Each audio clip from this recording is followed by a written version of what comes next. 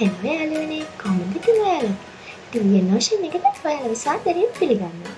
අන්න ඉතින් අද තමයි ඔයාලට පෙරදිග සැකද ඉතින් ටික කියන්න. මතකද අපි ගිය සැරේ කොතන යනවද කියලා? ඒ ගැන ටිකක් කියලාම පටන් ගන්න. බිගස් යනවනේ අම්පාෂිත් ෂෙම භූමියට ඇල්ගීව හම්බ වෙන්න කියලා. ඒ යනකොට සැකකටින් යානයක් දැකලා බිගස් එක ලුබුබා. ඒ අතරේ කාන්තාරේ වැලිකුණාටුවක් කියලා බිගස්ට සිද්ධ වෙනවා කාන්තාරයට ගොඩ පහින්න. ඉතින් වැලිකුණාට ඉවර වෙනකම් ගොඩ බහැලා ඉඳලා බිගස්ට එන වතුර තිබා නිසාම එයා යනවා වතුර හොයාගෙන. ඒ යනකොට එයා දකිනවා ලිඳක් අසල රැස් වුණ අරාබියන් පිරිසකට කතා කර කර ඉන්න පුද්ගලයෙක්. දන්නවද මේ කතා කර කර ඉන්න පුද්ගලයා කවුද කියලා? බිගස් නම් දැනගන්නවා. ඒ තමයි වොන් ස්ටැලින්. ඉතින් මේ වොන් ස්ටැලින් කතා කර කර ඉඳලා අරාබියන් එක්කම යන ළඟ තියෙන ගොඩ නැගිල්ලකට. මේ ඔක්කොම බිගස් හැංගිලා බලගෙන ඉන්නවා. ඊට පස්සේ වොන් ස්ටැලින් ඇතුළේ ඉද්දි ටික වෙලාවකට පස්සේ අරාබියන් ටික එනවා එළියට. ඇවිල්ලා අශ්වයකට නැගලා අරාබියන් ටික යන්න යනවා. බිගස් ඊළඟට යනවා දැන් වොන් ස්ටැලින් ගියේ නෑනේ අරාබියන් එක්ක. ඒ නිසා බිගස් යනවා වොන් ස්ටැලින්ව අද නම් කොහොම හරි අල්ල ගන්නවමයි කියලා හිතාගෙන ගොඩ නැගිල්ල ඇතුළට ගිහිල්ලා බලනවා. බලනකොටම බිගස් පුදුමයට පත් වෙනවා. මොකද වොන් ස්ටැලින් ඉන්නවයි කියලා හිතපු ගොඩ නැගිල්ල සම්පූර්ණයෙන් හිස්. මොකද්ද දන්නවද වෙලා තින්නේ? ඒක තේරෙන්නේ බිගස්ට ටිකක් වෙලා යනකොට. බිගස් දකිනවා කාන්තාරේ ඔටෝ අස්සව පිට නැගි අරාබියන් අතරේ ඉස්සෙල්ලාම යන ඔටෝ පිට නැගි අරාබිකාරයෙක්.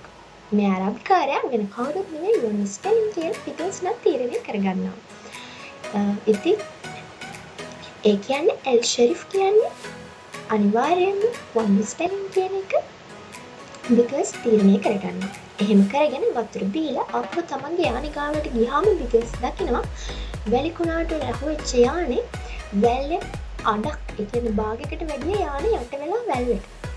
ඒක දැකලා ඒ ගැන කල්පනා කර ඉන්නකොටම අරාබියන් ටිකක් ඇවිල්ලා බිගස් වට කරලා අදිනවා. ඉතින් කරන්න දෙයක් නැහැ බිගස්ට. මොකද උනේ කියලා හිතාගන්න බැරුව ඉන්නකොට තමයි ඊයසරේ කතාව අවසන් වුනේ. ඉතින් අද අපි බලමු එතන ඉඳලා බිගස්ට මොකද වෙන්නේ කියලා. ඉස්සරහට ලස්සන කතාවක් යාළුවනේ අහගෙන ඉන්න අවසාන වෙනකම්ම.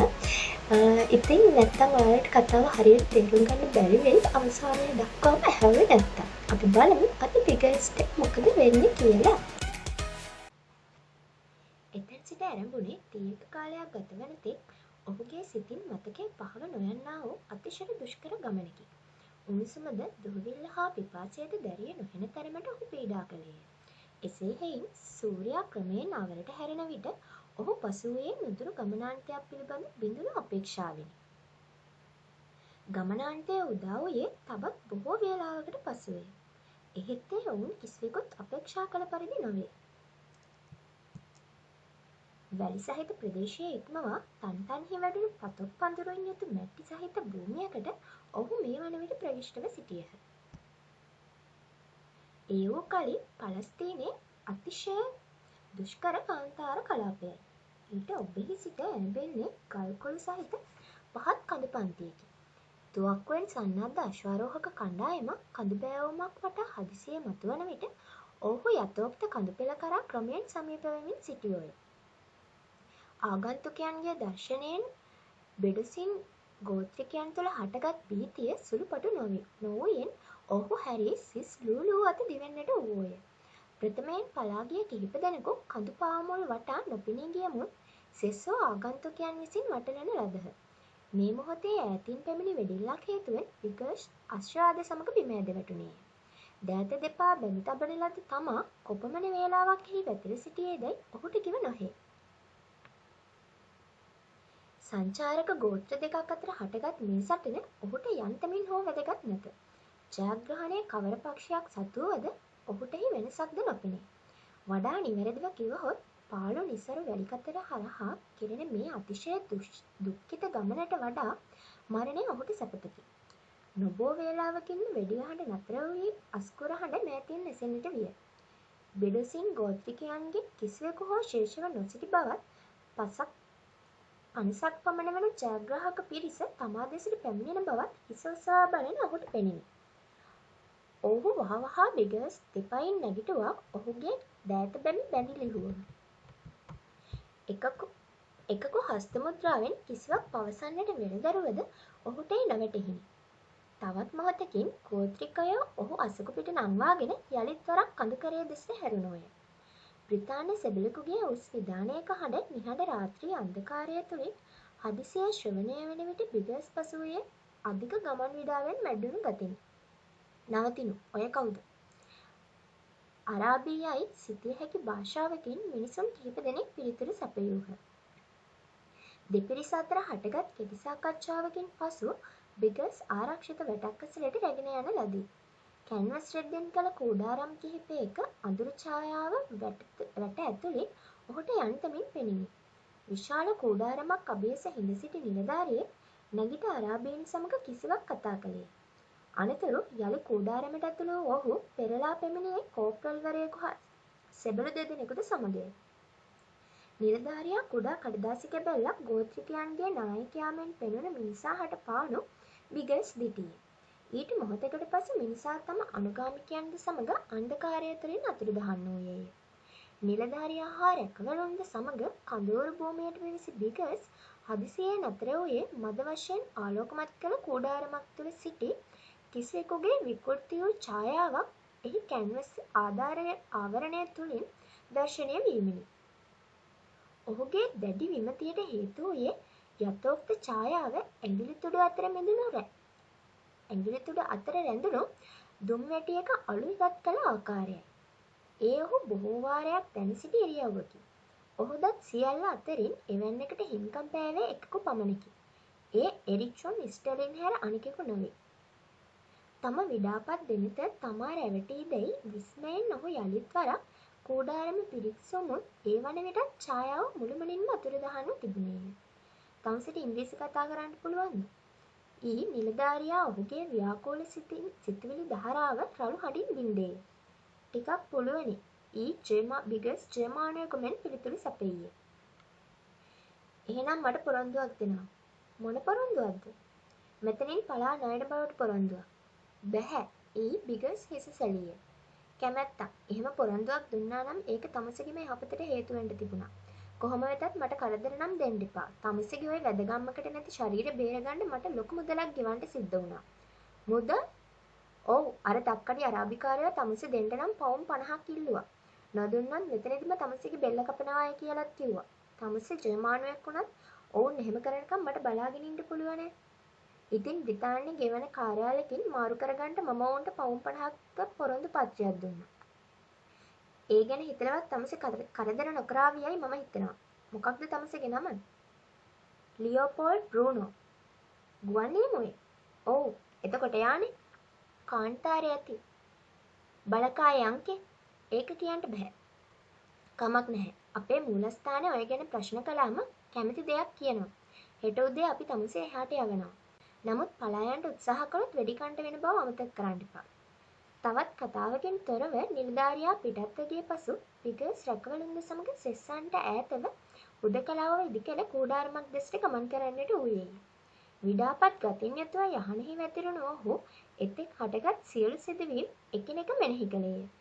තම වර්තමාන තත්ත්වය සිහිවීමෙන් දෙතලට නැගුණු මදිසිනහා ඔහු යටපත් කළේ මහත් ආයාසයෙන්. තමාගේම මිනිසුන් අතර සිරකරුවෙකු වීම දෛවයේ සැරදමක් ලෙසින් ඔහුට දැනිනි. එනමුදු තම සැබෑ අනන්‍යතාවය හෙළි කිරීම ප්‍රශ්න රාශියකට හේතු විය හැකිය. තමාගේ ඉදිරි සැලසුම් ව්‍යාර්ථ කරන්නට පුළුවන්. එහෙත් කඳවුරෙන් පලා යන්නට තැත් කිරීම ඥානාන්විත නොවේ. වෙඩි පහරකට බඳුන් වීමේ පමණක් නොව පාළු ශුෂ්ක වැලි කතරේ මංමුලා වීමේ අන්තරායට මුහුණ දෙන්නටද ඔහුට සිදුවන්නේය. කූඩාරම් ආවරණය තුළින් දක්නා ලද ඡායාව පිළිබඳ මතකය ඒ වන විටත් ඔහුගේ සිතින් ගිලිහී නොතිබිණි. ඒ වොන් ස්ටැලින්මයයි නිසක ලෙස කිව නොහැකිමුත් දුම්වැටියේ අලු ඉවත් කළ ආකාරය ඔහුගේ සැකය ජර්මානුවක් කෙරෙහිම යොමුවන්නට හේතු සාධක සැපයීය. වොන් ස්ටැලින් උදෙරෙහිම සිටින බවට සැක නැත. එහෙත් අරාබිකාරයෙකු මෙන් වෙස්ගෙන ඔහු බ්‍රිතාන්‍ය කඳවුරක මූලස්ථාන කූඩාරමෙහි සිටින්නේ යැයි සිතීම හාස්‍යජනකය. කෝප්‍රල්වරයා විසින් හදිසියේ අවදි කරන ලද විට ඔහු යථෝක්ත නොසන්සුන් සිතුවිල්ලෙන් මැඩුණු සිතින් යුතුව අඩ නින්දක වැඩී සිටියේය.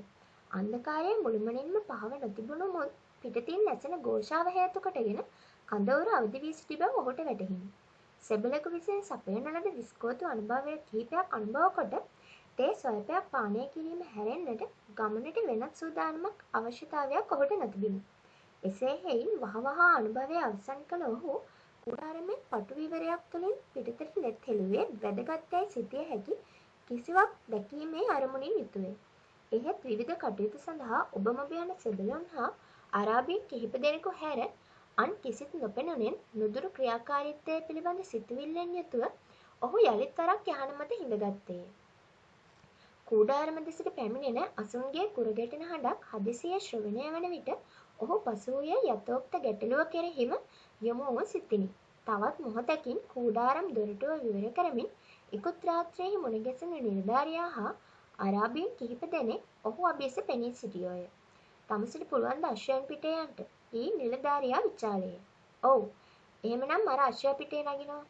මේ මිනිස්සු තමස සටන් පෙරමුණට කැඳවාගෙන යාවි. නමුත් පැනලා යන්න උත්සාහ කළොත් වෙඩි තියන්න බව අමතක කරන්න එපා.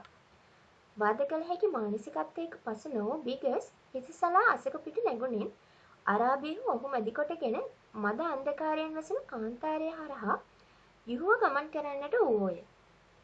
සැතපුම් කිහිපයක් නොනැවතී බටහිර දෙසට ගමන් කළ ඔහු සූර්යාලෝකය ක්‍රමෙන් දැඩිවත්ම දකුණටත් ඉක්බිති නැගෙනහිරටත් හැරුණාහ. ඊට පැය කිහිපයකට පසු ඔවුන් සිටියේ ආරම්භක දිශාවෙන් මුළුමනින්ම ප්‍රතිවිරුද්ධ දිශාවකට ගමන් කරමිනි. ගුවන් නියමක තුළ සහජයෙන් පහළ වන දිශාව පිළිබඳ හැඟීමෙන් යුතුව මේ සියලු වෙනස්කම් මැනවින් අවබෝධ කළද එහි කිසි විශේෂයක් ඔහුට මුලින් නොපෙනී. මගහල යුතු බාධකයක් තියෙන්ට ඇති. ඔහු තමාටම මුහුණා ගත්තේ එහෙයිනි. එහෙත් අරාබීන් ගමන් කරන දිශාව යළිත් වරක් වෙනස් නොකළෙන් අන්තරාය පිළිබඳ කිසි හැඟීමක් ඔහු තුළ ක්‍රමයෙන් අවදි විය. තමා සිටින්නේ බ්‍රිතාන්‍ය සටන් පෙරමුණට මුළුමනින්ම ප්‍රතිවිරුද්ධ දිශාවකය යන අදහස ඔහු තුළ යළි යළිත් පහළ වූයේය. වියනොන ගම්තලාවක් කරා ඔවුන් පැමිණෙන විට හිරු මුදුන් වන්නට ආසන්නව තිබිණි. ඔහු අත්පිටින් බැස රටෙහිදී අනුභව කරමින් හා දිය පානය කරමින්ද මිනිත්තු කිහිපයක් එහිම රැඳී විදාහල්හ. ඉක්බිති පිරිසේ නායකයාමෙන් පෙනෙනු එකෙක් කුඩා පැසක් ඔහු අසල තබා තමන් පෙරලා පැමිණෙන තෙක් එහිම රැඳෙන්නට සන්කරමින් සෙස්සන්ද සමග ගල් පැල්මක් වටා නොපෙනී ගියේය. මිනිසාගේ හැසිරීමෙහි කිසි ගුප්ත බවක් පෙනුනමුත් බිගල්ස් ඒ පිළිබඳ වැඩිදුරටත් නොසිතිය. අරාබීන් ඔහුගේ අශ්වයා රැගෙන නොගියේ නම් ඔහු නිසකවම එතනින් පලා යන්නට ඉඩ තිබිණි. අශ්වයෙකු නොමැතිව මිනිස් වාසයක සලකුණු සොයා ජලයෙන් තොර කාන්තාරයේ හැසිරීම හුදු අමනෝඥ ක්‍රියාවක් බැව් බිගල්ස් මැනවින් දති. එසේ හෙයින් ඔහු ආසන්නය ගල්බෑමට පිටදී හිඳ අරාබීන්ගේ පෙරලා පැමිණීම අපේක්ෂාවෙන් බලා සිටින්නට වූයේය. මේ යෝධය ප්‍රමාදයි නොවැ. ඊ බොහෝ වේලාවකට පසු ඔහු තමාටම මුමුණා ගනිමින් හුන් තැනින් නැගිට අරාබීන් අතුරුදහන් වූ ගල්බැම්ම වටා හිස පෙවීය. එහෙත් මිනිසුන්ගේ සලකුණකුද නොපෙනුනෙන් ඔහු තුළ උපන් විස්මය සුළුපටු නොවේ. මිනිසුන් කිහිප දෙනෙකුට සැඟවගත හැකි තැනක්ද නොපෙනෙන මානය නොවීය. ඔහු ගල්බැම්ම වටා කාන්තාරයට බැස හාත්පස පිරික්සුවද ගල්කොළු අතර සැඟවෙන්නට වෙරදරන සිවලකු හැර අන් කිසිත් නොපෙනිනි.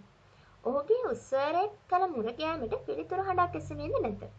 වියලුණු ගල්තලාව කරා පෙරලා පැමිණි ඔහු අරාබීන් විසින් තමන්ට භාර කරන ලද පැස විවර කළේය. ඇතුළත වූයේ විස්කෝතු කිහිපයක්ද චොක්ලට් පෙත්තක් හා දිය බඳුනක්ද පමණි. බඳුනෙහි ගැටගසන ලද සුදු පැහැති කඩදාසි කැබැල්ලක් දුටු හෙතෙම කුහුල මිශ්‍රිත සිතින් එය පිරික්සීය. විශාල අකුරින් එහි මෙසේ සඳහන් කොට තිබිණි. ඔතනම ඉන්ට මිතුරේ. කඩදාසියේ පැහැදිලිව දර්ශනය වූ ඔටුන්නක දිය සලකුණු හේතු කොටගෙන විස්මිත රාවයක් බිගල්ස්ගේ දෙල්තලින් නික්මිණි. ආහා, ජර්මානු නියමයකුවත් මට බ්‍රිතාන්‍ය කඳවුරෙත් මිත්‍රයන් ඉන්නවා එහෙනම්. ඔහු සිතීය. මොන තරම් අපූරුද. සෙමින් ආසන්න වන ගුවන් යානයක හඬ ඔහුගේ සවනත වැකුණේ කඩදාසි කැබැල්ල නවත් කබා සාක්කුවක බහාලන අතරතුරය. ඒ ගොඩ බැසීමේ අරමුණින් පහතට කිමිදෙන ජර්මානු හැල්බස්ටට් යානයක් බැව් ඔහුට ඉක්මනින්ම පෙනිනි. කුහුලින් මැඩෙන සිතින් යුතුව ඔහු හුන් තැනම හිඳ ආසන්න වන යානය දෙස බලා සිටියේය. මොකක්ද මේ වෙන්නේ? මේ තත්ත්වය දිගටම පැවතුනොත් කවුරු කාට විරුද්ධව සටන් කරනවාද කියන එකත් මට හිතා ගන්න බැරි වෙයි. යුද්ධය ගැන මම තරමක්වත් දන්නවායි කියලා මෙතෙක් කල් හිතාගෙන හිටියේ. දැන් බලද්දි මම දන්නේ කියලා බලක් නැහැ නෝ. ඔය යානේ පදවන්නේ කයිසර් උනත් ඒකේ ඒ හැටි පුදුමයක් නැහැ. කයිසර් කියන්නේ ජර්මනි පාලකයාට. එහෙත් අනුකම්පා විරහිත රළු වැලි අතර මතට ගොඩ බැස බිගල් සිටි දෙසට යානය මෙහෙයුවේ කයිසර් නො මේයර්ය. හලෝ මේයර්. ඊ බිගල්ස් දුර තබාම උසහලින් කෑගෑවිය. තමුසේ ආවේ කොයි ලෝකෙන්දලද? නගිනවා. ඊ මේයර් පසුකොටියේ දැක්විය. නමුත් අපි යන්නේ කොහෙද? ඊ යන්ත්‍රවලින් නැගෙන ഘോഷාව පරයමින් බිගල්ස් යලි විචාරය. ගෙදර මිසක් වෙන කොහෙද? ඊ අවකරය විවර කොට පාළු හුදකලා වැලි කතර දෙසට යානය මෙහෙයමින් මේයර් පෙරරා පිළිතුරු දුන්නේය. යානය ක්‍රමයෙන් ඉහළ නැගෙත්ම තම සිත ව්‍යාකූල කළ ගැටලුවකට පිළිතුරු සොයන්නට වෙරදරමින් බිගල්ස් ඈතින් නොපෙනී යන වියලුණු ගම්තලාව වෙත නිහඬව නෙත්වමා සිටියේය. බ්‍රිතාන්‍ය කඳවුරෙහි සිටි මිතුරා කවරෙකු විය හැකිද? ඊට පිළිතුරු වශයෙන් වොන් ස්ටැලින් හැර අනිකෙකු ඔහුගේ සිතට නොනැගිනි. එහෙත් ඒ වොන් ස්ටැලින්ම විය හැකිද? කූඩාරම් ආවරණය තුළින් දුටු විකෘති වූ ඡායාව හැරෙන්නට ඒ ජර්මානුවාමයයි නිසක ලෙස හඳුනා ගන්නට ඔහුට සාධක නොතිබිණි. ඒ වොන් ස්ටැලින් නම් තමාගේ පලා යාමට ඔහු අරාබීන්ගේ සහාය ලබා ගත්තේ කෙසේද? බ්‍රිතාන්‍ය හමුදාවන්ට ලැබි බවක් අඟවන අරාබීන් සැබවින්ම ජර්මානු නායකයන්ට අවනත වූවන්ට බවට ඒ කදිම සාක්ෂියකි. මේ මොහොතේ තවත් පැනයක් ඔහුගේ සිතට නැගිනි. තම පලා යාම වොන් ස්ටැලින් විසින් සැලසුම් කළේ යයි උපකල්පනය කළද තමා වියලුණු තලාවේ සිටි බැව් මේයර් දත්තේ කෙසේද? ඔහු ඒ සහ ඈතක පැමිණියේ හුදු අහම්බයකින් යයි සිතිය හැකි නොවේ. වොන් ස්ටැලින් අරාබියෙකු මෙන් වෙස් ගන බ්‍රිතාන්‍ය පෙරමුණෙහි කටයුතු කරන්නේ යන අදහස ඔහු තුළ ක්‍රමයෙන් පහළ විය.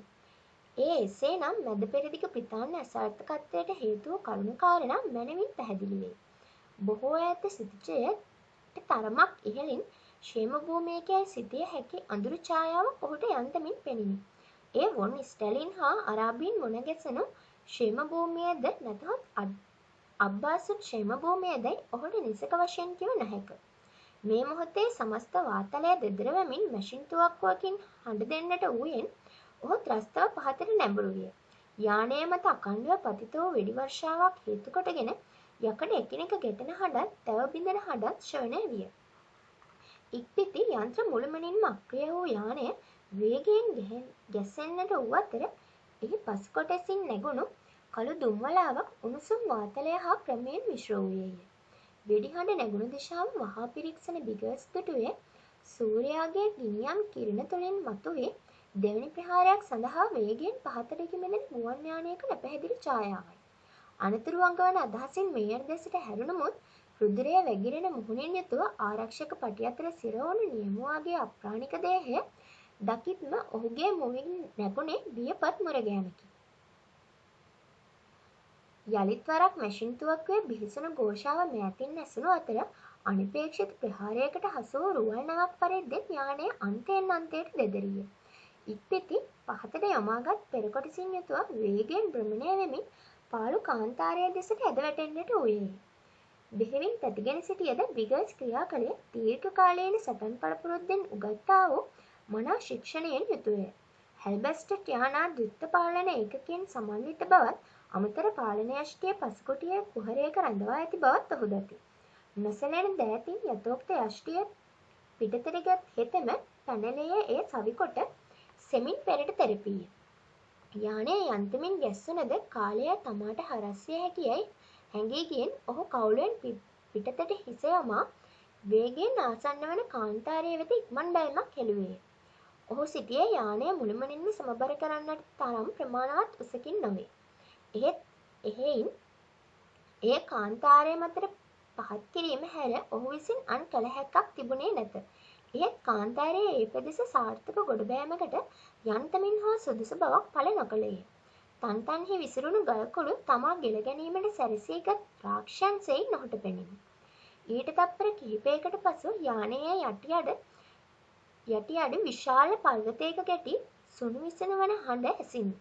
ඉක්බිති ගැඹුරු නිශ්ශබ්දතාවයක් සමස්ත පරිසරය වසා පැතිරෙන්නට විය. පිපුරුණු ටැංකියෙන් වහනය වන ඉන්ධනයෙන් තැමුණ බිගස් උමතුවකුමෙන් යානයෙන් පිටතට පැන්නේය. මෙවන් තත්ත්වයක් යටතේ සෑම ගුවන් නියමයක තුළම හටගන්නාක් බඳු ගින්න පිළිබඳ ප්‍රීතියකින් වෙලී සිටිමුන් තම සගයා පිළිබඳ මතකය ඔහු සිතින් බැහැර කළේ නැත. මේය ඔහු වියලුණු දෙතොල් අතරින් මුණ ගෑවේ එහෙයිනි. තමුසේ කොහෙද කීප වරක් හඬ ගෑවද පිළිතුරක් නොලැබී ඔහු වහවහා යානයෙන් සුන්බුන් ඉවත් කරන්නට විය. ආරක්ෂක පටි අතර සිරවුණු ජයමානුවාගේ අප්‍රාණික දේහය ඔහුට දැකගත හැකි වූයේ තවත් ස්වල්ප වේලාවකට පසුවය. හැකිවර යොදා නියමුවා සුන්බුන් අතරින් ඉවතට ඇදගත් හෙතෙම අසීයෙන් මෙන් එහිම හිඳ දෑතින් මුහුණ වසා ගත්තේය. මොහොතක් නිහඬව සිටි ඔහු හිස ඔසවා තම අභාග්‍ය සම්පන්න සගයා දෙස බැලුවේය. මේ වන විට ප්‍රහාරයක යානය අහසේ කුඩා තිතක් පමණ වන තරමට ඈත්ව තිබිණි. ප්‍රහාරය කෙතෙක් ක්ෂණික වේදයත් ඔහුට ප්‍රහාරකයා හඳුනාගත හැකිව තිබුණේ නැත. ඔහු මේයර්ගේ හිස්වැස්ම ඉවත් කොට හිසෙහි එක් පැත්තක් වටා විහිදුණු රත් පැහැති රේඛාව පිරික්සීය. උණ්ඩේ හිස විනිවිද නොගිය බවට සලකුණකි ඒ. වෙනත් තුවාලද නොදක්නා ලදින් තෘප්තිමත් සිතින් නැතුව ජයමානුවාගේ අප්‍රාණික දේහය පර්වතයක සෙවණෙහි වැතිර වූ හෙතෙම පිඳුණු රේඩියේටරයෙන් වහනය වන දියෙන් ඔහුගේ මුහුණ තෙත් කළේය. ඊට මිනිත්තු කිහිපයකට පසු මේයර් දෙනෙත් ඉවර කොට විස්මය රැලි මුහුණක් බිගල්ස්ට පෑවේය. මොකද වුණේ? එංගලන්තකාරයෙක් අපිට වෙඩි තිබ්බා. වෙඩි උණ්ඩයක් හිසේ පැත්තක වැදිලා තමුසට සිහිය නැති වුණා. ඊට පස්සේ අමතර යෂ්ටියෙන් පාලයානේ පාලනය කරන්න උත්සාහ කළත් යන්ත්‍ර අක්‍රිය වෙලා තිබුණ නිසා ඒක සාර්ථක වුණේ නැහැ. අපි මෙතෙන්ට ගොඩ බැස්සේ ඒ නිසයි. නමුත් ඒක ආඩම්බර වෙන්න පුළුවන් ගොඩ බෑමක් නොවන බව පෙනෙනවා නේද?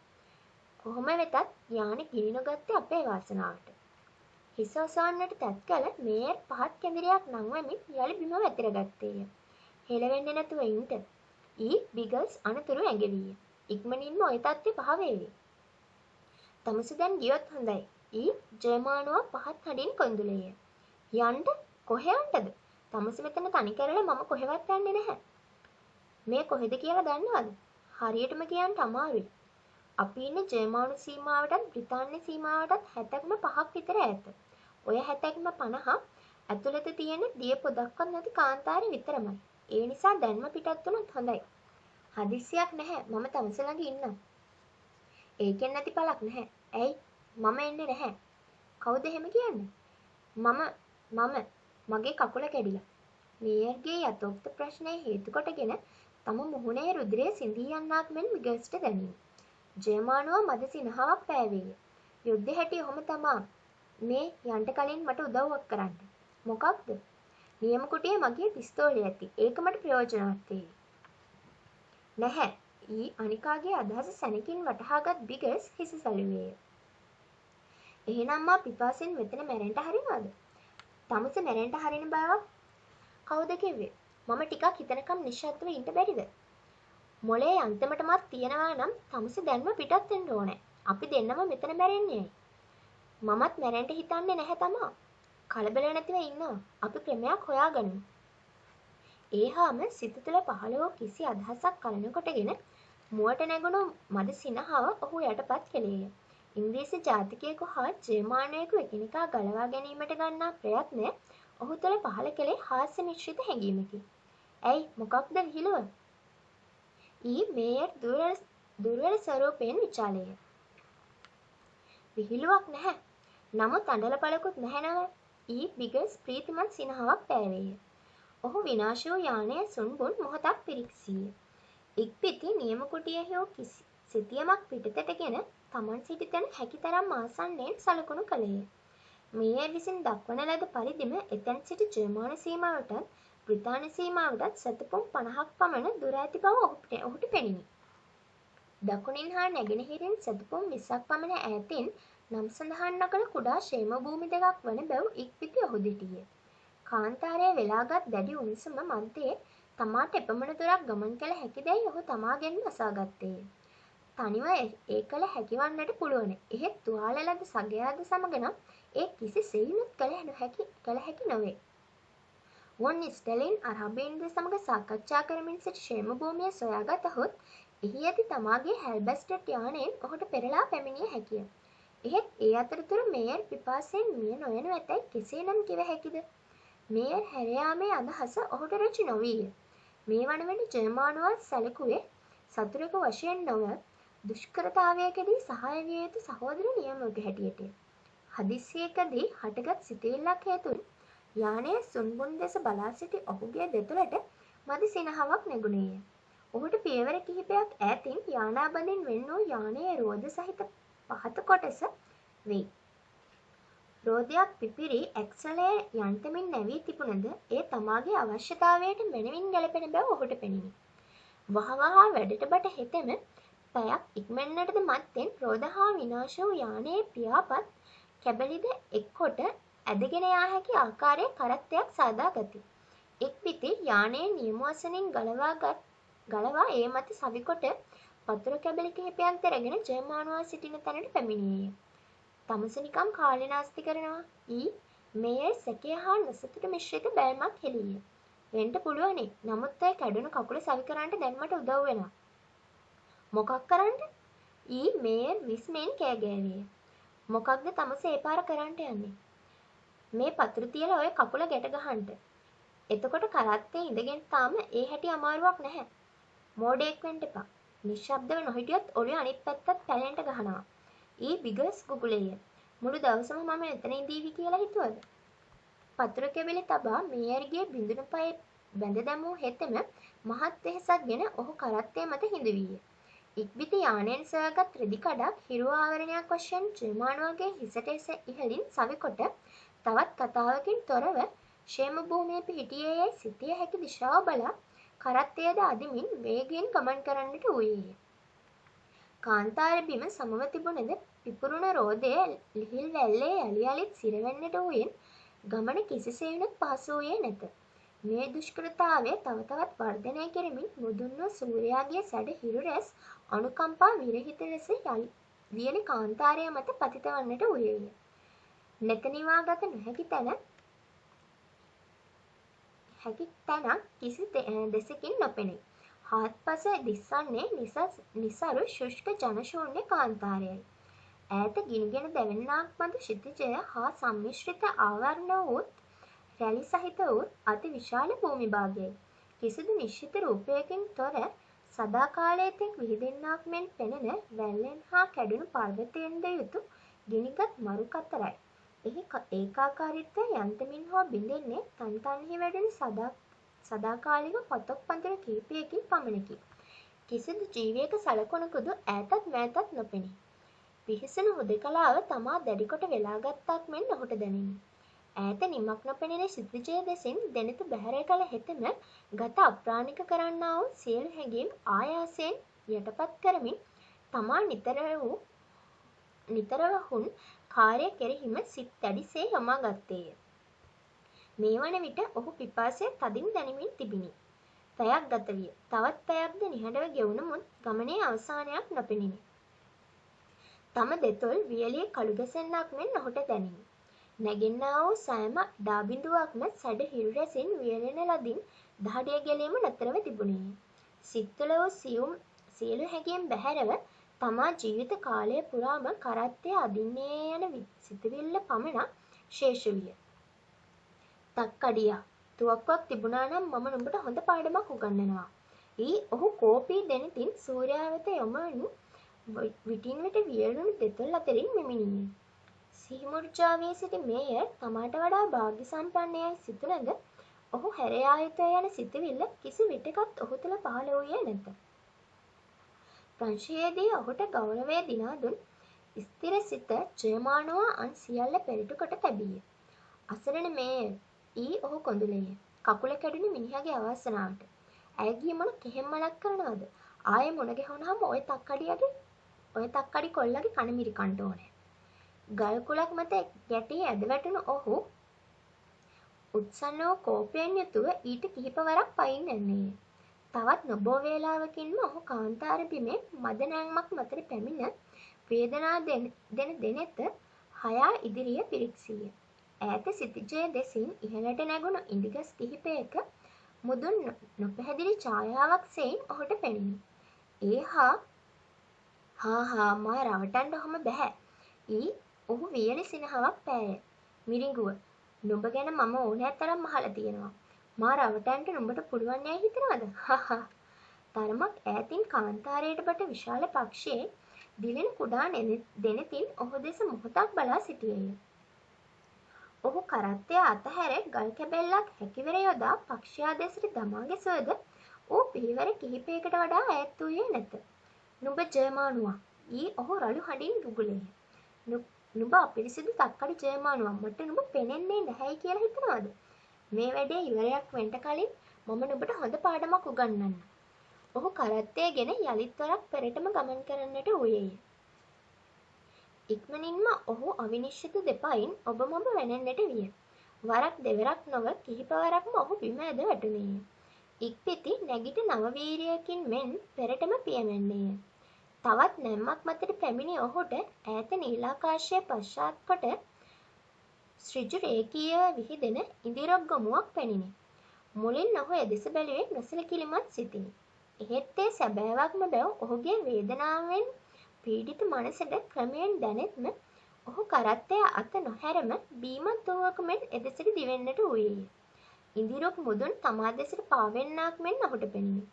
ඉක්මනින්ම ගස් අතරට වැදුණු ඔහු ඒවායේ කඳ මහත් සෙනෙහයෙන් යුතුව දෑතින් ස්පර්ශ කළේය. ඒ තමාට බෙහෙවින් හුරුපුරුදු ස්ථානයක් මෙන් ඔහුට දැනිනි. යා යුතු තැන තමා දන්නේ යැයි ඔහුට සිතුනේය. ඔහු කරත්තය අතහැර දෙපසට වැනෙමින් රුක්ගොමුවේ මැද දෙසට ළඟා විය. ඉකුත් දිනෙහි වොන්නිස්ටලින් හා අරාබියෙන් රැඳී සිටි ළිඳක් කුඩා ගොඩනැගිල්ලක් ඔහුට පෙනිනි. අවිනිශ්චිත දෙපයින් ළිඳ අසලට පැමිණි හෙතෙම පෙර කිසි කලෙක නොකළ පරිද්දෙන් කුස පුරා දියපානය කළේය. ඉක්පිති බාල්දිය යළිත් පුරවාගෙන මේ රැසලට පැමිණ ඔහුගේ වියළුණු දෙතොල් අතරින් දියබිඳු කිහිපයක් වත් කරන්නට වෙරදැරිය. එහෙත් ජයමානුවගේ නිසල රුවෙහි කිසි වෙනසක් නොපෙනිනි. රෝගියා වෙනුවෙන් තවත් කළ හැක්කක් නොවූයෙන් ඔහු යළි ළිඳ අසලට පැමිණ මුහුණත් දෑතත් සිසිල්දියෙහි බහාගත්තේය. පෙර දිනයෙහි හැබස්ටට් යානය නතර කළ තැන සොයන්නට හැරුණමුත් සිරුර මැඩගෙන නැගෙන දැඩි විඩාවක් ඔහුට පැමිණි. පැය ගණනාවක් උණුසුම් හිරු රැසින් පීඩා විඳි ඔහුට ඉඳිරොක් අතර සිසිල් සෙවන ප්‍රසන්න හැඟීමක් ගෙන දුන්නේය. ඔහු ප්‍රීති සිතින් යුතුව බිම හිඳගෙන දෙනෙත් පියා ගති. වරක් දෙවරක් ඔහුගේ හිස දෙපසට වැනිනි. ඉක්පිති සිසිල් මෘදු වැලිතලාව මත ඔහු ගැඹුරු නින්දකට වැටුණේය. හදිසියේ නින්දෙන් පිබුදුණු බිගස් අන්ධකාරයේ එළඹි බව දුටුවේ වික්ෂිප්ත සිතින් හාත්පස පිරික්සීය. තමා ക്ഷേම භූමියට පැමිණි සිටි බැව් මද වේලාවක් ගත වෙන තෙක් ඔහුට සිහියට නොනැගිනි. ඈත ශිතිජයේ ඉක්මවා නැගුණු අඩසඳ පාළු හුදකලා වැලිකතර ගුප්ත නිල් පැහැයකින් නැහැවීය. පියවර කිහිපයක් ඈතින් වැතිර සිටි මේයර්ගේ නිසල රුව දකිත්ම ඔහුට සියල්ල සැනකින් සිහිපත් වූයේය. මේ මොහොතේ මෑතින් නැසුණු කිසි හඬක් කලන කොටගෙන ඔහු කලබල විය. තමා අවදි කළේද ඒ හඬම විය යුතු බව ඔහුට නිසැකය. ඒ නිසල මැදියම් රැයක ඈත කෙළවර වදින රළ පෙළක නැගි නැගී බසින ව්‍යාකූල ഘോഷාව වැන්නකි. ඔහු ස්වල්ප වේලාවක් එහිම හිඳ හඬ හැඳින ගන්නට වෙරදැරිය.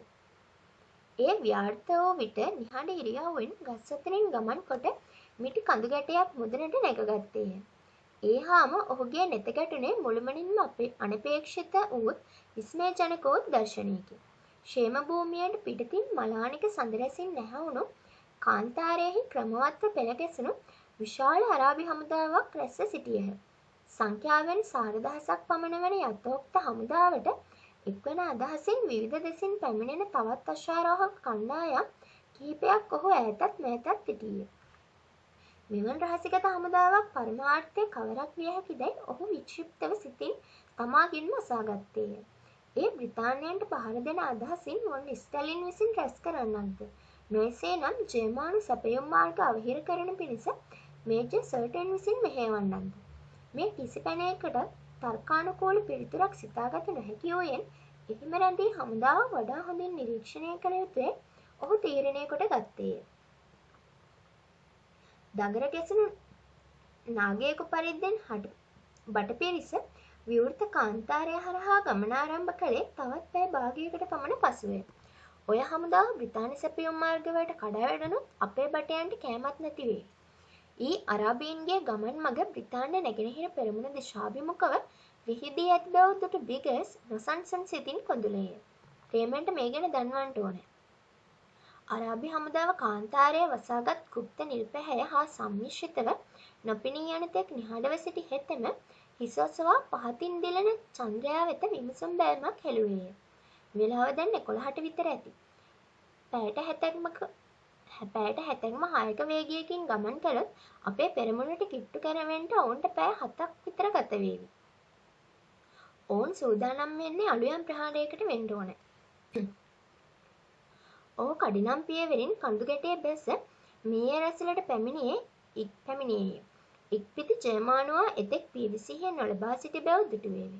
හැරි ඉකුත් දිනෙහි හැල්බස්ටඩ් යානය නතර කළ දෙසට වේගයෙන් දිවීය. මේර් මෙතන තියලා කාන්තරා කඳවුරට ගිහින් ඇල්ගිය මුණ ගැහෙනවාද? ඒත් මම කොහොමද ජර්මානු යානෙකින් එහාට ගොඩ බහින්නේ? හරි. අහසේ ඉඳලා යාත්‍රාංගණයට පණිවිඩයක් අතර ඇල්ගියට සංඥා කරනවා. එතකොට මේ මිනිහා මෙතන තියලා ගියොත් එයා ගෙනියන්න මට ආපහු මෙහෙ එන්න වෙනවා. නමුත් රාත්‍රියේ ගොඩ බෑමකට මේ කිසි විදියකින් සුදුසු තැනක් නෙවෙයි. හතර වටේම ගල් කොළු නැවේ. අනික ඉන්ධන මදි වෙන්නටත් පුළුවනි. ආයෙත් වතාවක් මේ කාන්තාරයේ අතරමං වෙන්න නම් බෑ. ඒ නිසා මිනිහා තරගෙනම පිටත් වෙනවා.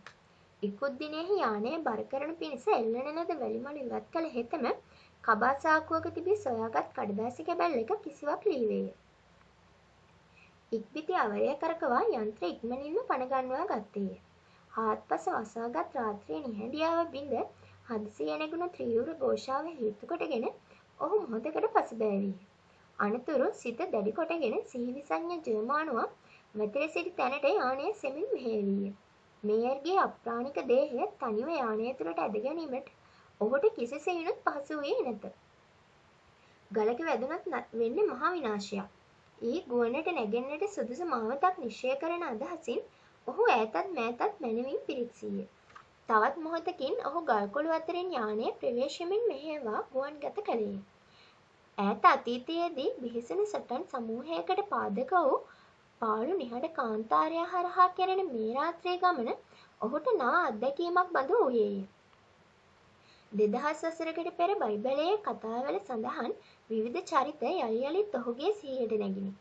දැවැන්ත ගංගාවන් වියලන්නට මත්තෙන් අතිශය සෞභාග්‍යමත් වූ ද වර්තමානයේදී පාළු මුඩුබිම් වශයෙන් පමණක් දිස්සන්නා වූ කාන්තාරය ඔහු තුළ පහළ කළේ ශෝකී හැඟීමකි. යුද්ධ නිශ්චලතාවය වටහාගෙන මිනිස්සු එකිනෙකා මරා ගැනීම නතර කළොත් මේ ප්‍රදේශය නැවත වතාවක් සමුද්දමත් වේවි.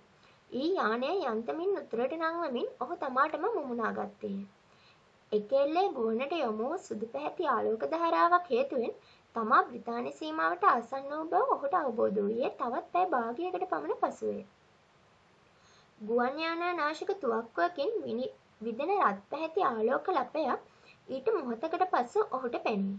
බොහෝ ඉහළින් පියාසර කළ හේයින් එය ඔහුට තර්ජනයක් වූයේ නැත. තමා සොයන්නට වෙහෙසෙන පිරික්සුම් පහනක ප්‍රබල ආලෝක කදම්බය වැඩි අපහසුවකින් තොරව මගහල හෙතෙම කන්ටරා යාත්‍රාංගණය දෙසට සෙමෙන් කිමිදෙන්නට වූයේය. ඔහු ඒගේ අඩාල නොකොටම යාත්‍රාංගණයට ඉහළින් වටයක් පියාසර කළේය.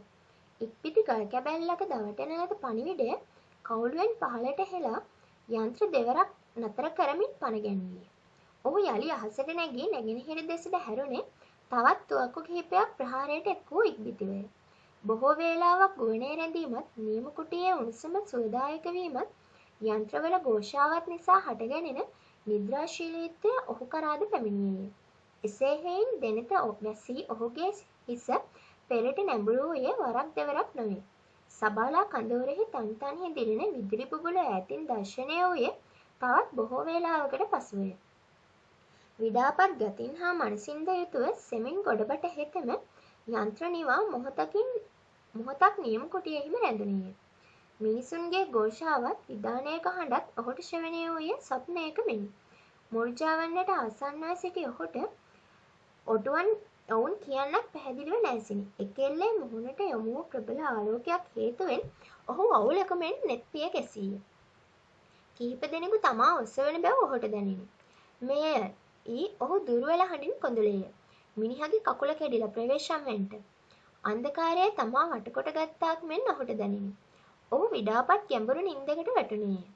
බිගල්ස් යළි අවදි වන විට කවුළු තුළින් ඇතුළට වන් අලුයම් හිරු කිරණින් ඔහුගේ කුටිය යන්තමින් ආලෝකමත්ව තිබිණි. තමා සිටි තැන පිළිබඳ අනවබෝධයෙන් මෙන් මොහොතක් විශ්චිත බෑමක සිතුවිල්ලක නියැලුණු හෙතෙම යාන මත හිඳ දිගු ඈනුමක් කළේය. දෙදිනකින් නොකපන ලද රැවුල අතට හසුවීමෙන් ඔහුගේ මුවල්ගට මදිසිනහවක් නැගිණි. ඔහු යහනින් නැගිට දර්පණයෙන් මුහුණ සෙමින් පිරික්සීය.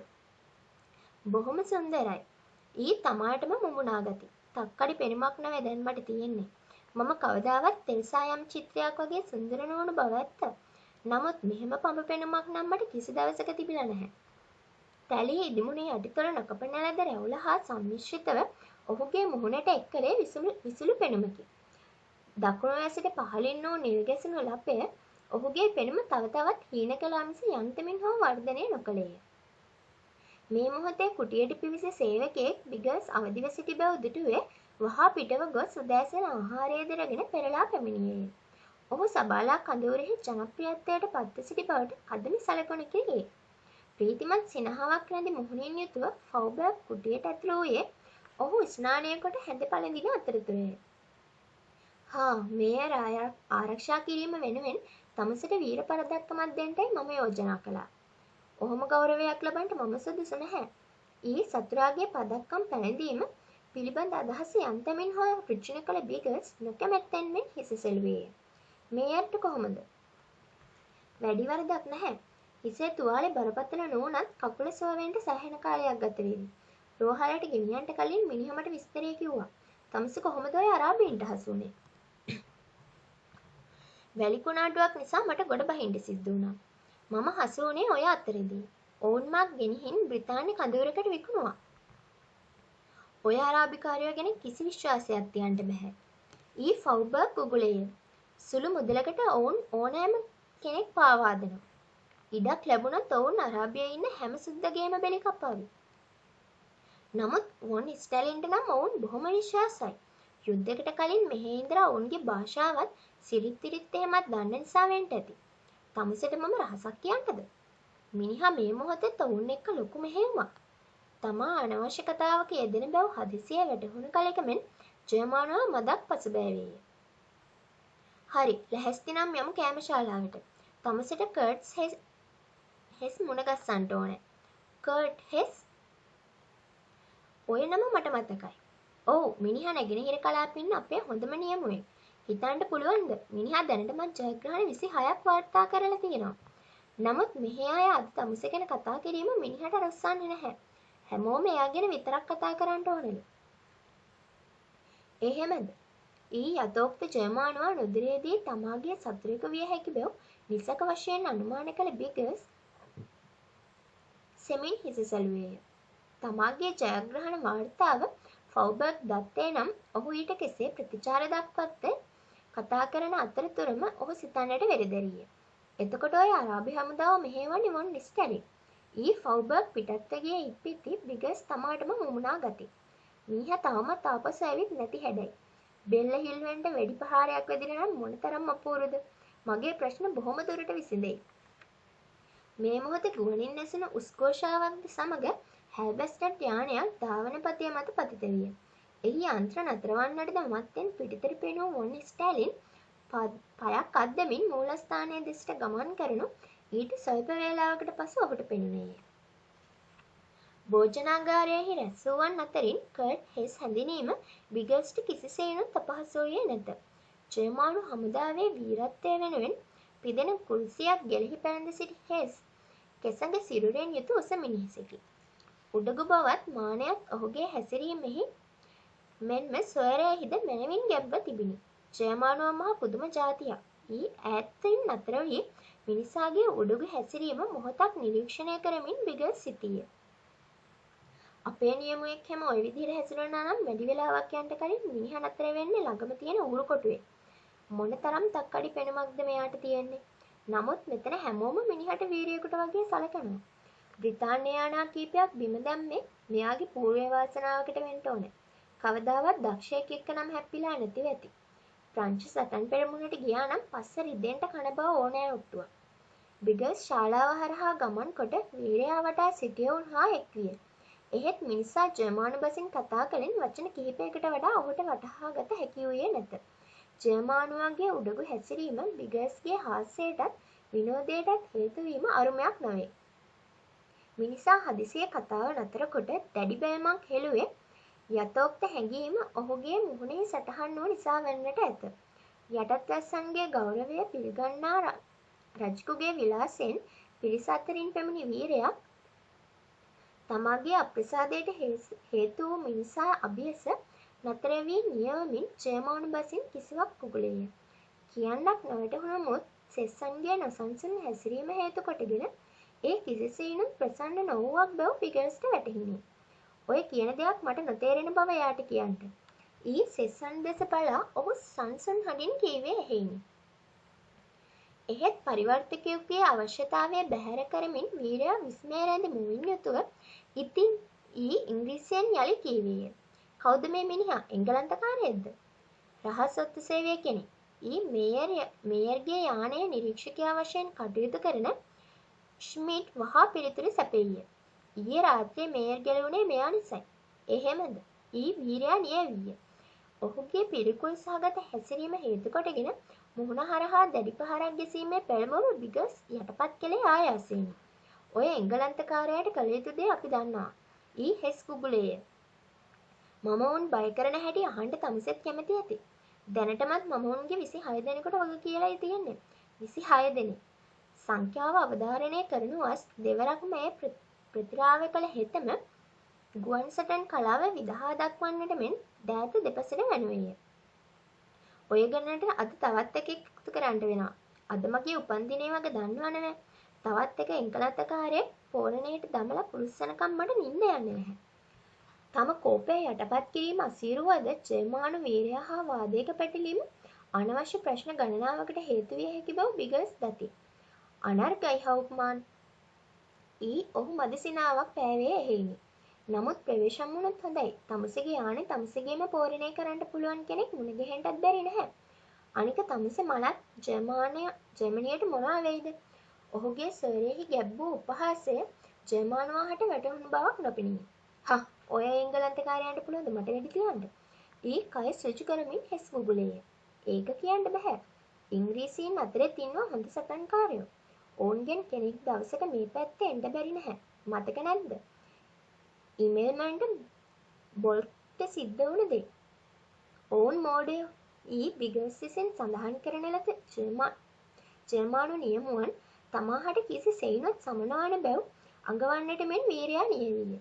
මේ මොහොතේ ෆවුබර්ග් හා වොන් ස්ටැලින් ශාලාවට ඇතුළු නොවුයේ නම් ඔවුන් අතර හටගත් කතාබහ කෙසේ අවසන් විය හැකිව තිබුණේදැයි කිසිවෙකුටත් කිව නොහේ. අරාබි ප්‍රහාරය පිළිබඳව දත යුතු සියල්ලක් ඔවුන් වෙත හෙළූ එක් බැල්මකින්ම බිගර්ස්ට වැටහිණි. අඳුරු වලාවකින් ෆවුබර්ග්ගේ මුහුණ වැසී තිබුණු අතර අතක වෙළුම්පටියක් බැඳ සිටි වොන් ස්ටැලින් වෙතින් දිස්සූයේ පරාජිත පෙනුමකි. ප්‍රහාරය අසාර්ථක වූ බවට නිසැක සලකුණකි. තමුසේ මේයර් ආරක්ෂා කළ හැටි ෆවුබර්ග් මට කිව්වා. ඊ බිගස් අසල නතර වෙමින් වොන් ස්ටැලින් විමසුම් බැල්මක් හෙළුවේය. තමුසේට මතකද මේයර්ගේ යානේ කඩා වැටුණු තැන? වෙඩි වදිද්දී යානේ පැදෙන්නේ මේයර්. ඒ නිසා මම හරියටම දන්නවායි කියන්න අමාරුයි. නමුත් හොයාගන්න පුළුවනි. ඔව් උත්සාහ කළොත් බැරි වෙන්නේ නැහැ. එහෙනම් තමුසේ දැන්ම ගිහින් ඔය යානේ ගිනි තියලා විනාශ කරන්න ඕනේ. හොඳයි. යානේ ඡායාරූපකත් මට බලන්න ගේනවා. බිගස් භෝජනාගාරයෙන් පිට වී වහවහා යාත්‍රාංගණය දෙසට ගමන් කළේය. එහි එක් අන්තයක දම් හා නිල් වර්ණයෙන් ආලේප කළ ෆ්ලාස් D3 ස්කවුට් යානයක් නතර කොට ඇති බැව් ඔහුට දුර තබාම පෙනිනි. ඒ සුප්‍රසිද්ධ ෆ්ලාස් කම්හලේ නවීනතම වූත් අනර්ගතම වූත් නිපැයුමකි. වේගයත් ක්ෂණික ක්‍රියාකාරීත්වයත් සලකන කල්හි ඊට සමකල හැකි වෙනත් යානයක් සමස්ත මැද පෙරදිග කලාපයෙහිම නොමැති බව දත් විගස් එය කර්ට්ස් හෙස්ට අයත් වූවක් බැව් වහා අනුමාන කළේය.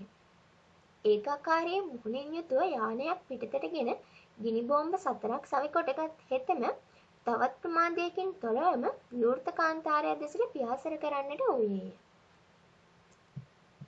ඉතින් යාළුවනේ ඔන්න ඔය විදිහට තවත් පරිච්ඡේදයක් ඉවර වෙනවා. ඊළඟ පරිච්ඡේදය නම් ඇත්තටම ලස්සනයි. ඔයාලා බලන්නකො කොහොමද කියලා හොඳද? ඉතින් ඔයාලා මගේ channel එක තාම subscribe කරලා නැත්නම් ඉක්මනින්ම subscribe කරන්න හොඳද?